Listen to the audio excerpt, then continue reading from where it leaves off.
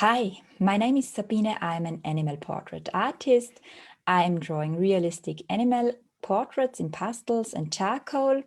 I love to draw pets, horses, and I'm also fascinated of wildlife art.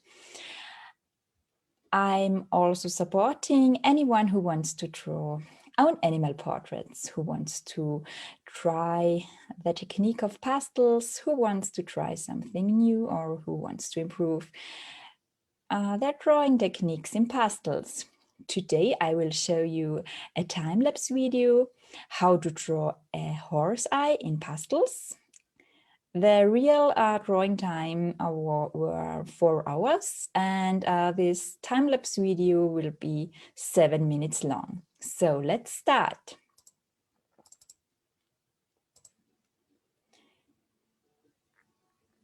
This is a horse eye of my own mare Rubina, starting with the outline, mapping in here black for the outlines, adding some blacks in the inner eyelid and the pupils. Yes, I'm always starting with the outline and then mapping in here blues and whites and grays for the highlight. You can always see something of the surroundings reflecting in the highlights, like the sky and little clouds here, and also trees, adding greens and browns here. You can see reflecting here lots of trees and the sky. Then I'm adding here browns and oranges, terracottas and so on, middle browns, just mapping in here color. I'm drawing this horse eye with pastel pencils of Pitt, Faber, Castell, and Derwent and Carandash. I'm also using Carbothellos of Stabilo. Sometimes I'm using a charcoal pencil for the very dark areas here in the eyelids, adding here with a charcoal pencil of Faber-Castell, some black details. I love this pencil, and adding here oranges, whites, little dots and so on.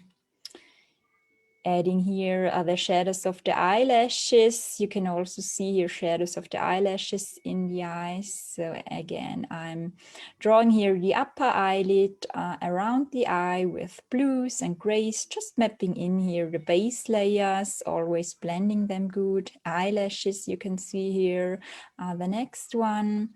Adding some fine black details here, fine strokes between the eyelashes, adding shadows. Again, some eyelashes in white and light gray, and again shadows here between the lashes, adding some highlights and adding some details. It's always important drawing in layers and blend the layers with paper stamps or cotton swabs, for example, or with your fingers in bigger areas here, adding blues, blending with fingers and cotton swabs, adding some grays, light blues and grays, blending them together with paper stamps, adding light blue here. In black fur, always you can see lots of colors. Black fur is never only black. You can see blues and violets and greens and browns, pinks and so on. So be careful and add lots of colors in black fur. It would be look much more realistic. So here I'm adding fine details with white and light gray, adding fine hairs, creating here the base layers around the eye, blending them together well with the finger, adding blues and grays. Here I'm mapping in brown, drawing some details and creating the layers with the hairs, with the fur. It's important to draw in layers. Here I'm using Pastelmat as drawing surface. I love this paper. It's a special pastel paper, and you can draw so many layers. This paper allows lots of layers to draw. You can imagine this paper has little valleys and mountains, and with each layer you draw, you fill in pastel pigment between these valleys and mountains. And sometimes when you have drawn lots of layers, up to 20 and more, then sometimes the paper will be saturated. But it works really well. You can draw lots of layers. Here I'm using saffron. I like the color saffron from Derwent. I'm also using cutters for scratching in little hairs and little details. Adding blues again, adding colors around the eye here, adding shadows with black shadows between the fur. Here I'm building up the fur with different layers of darker colors and lighter colors on top, using here some violet, some gray. Then I'm drawing white or light grays on top of it, and then I'm going in with black again. So building up here really the fur with lots of layers. It's important. I'm always recommending drawing realistic fur with lots of layers, and be patient, don't hurry. The more layers you draw and the more time you have for drawing realistic fur. Here you can see a short part in real time. Adding here these little fine hairs with saffron from Derwent.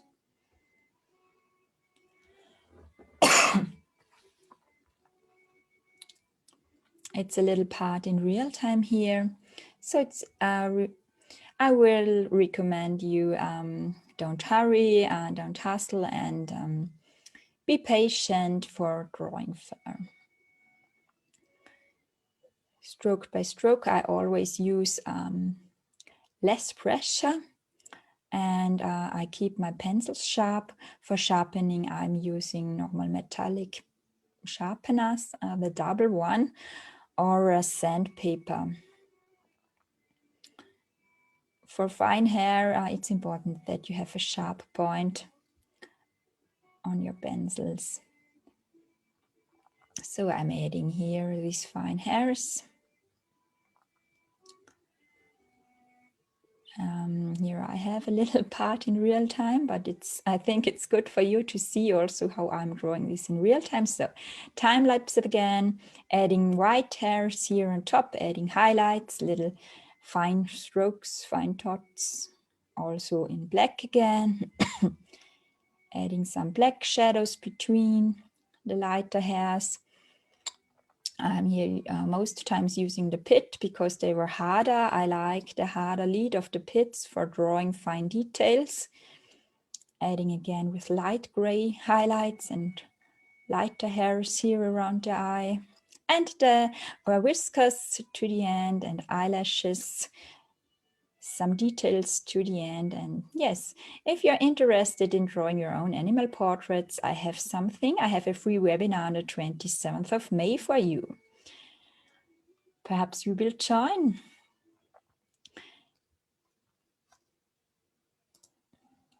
Yes, I hope I could give you some tips with this time-lapse video. And if you have a dream of your own animal portraits, if you want to learn how to draw animals, if you want to improve your drawing technique, or if you want support perhaps from me, I can help you with your animal drawings. Please see the link in the comments below. I will put it in the links here in the comments, and I have this free webinar on the 27th of May. So register. I will be very happy to see you over there. Have a nice day. Bye.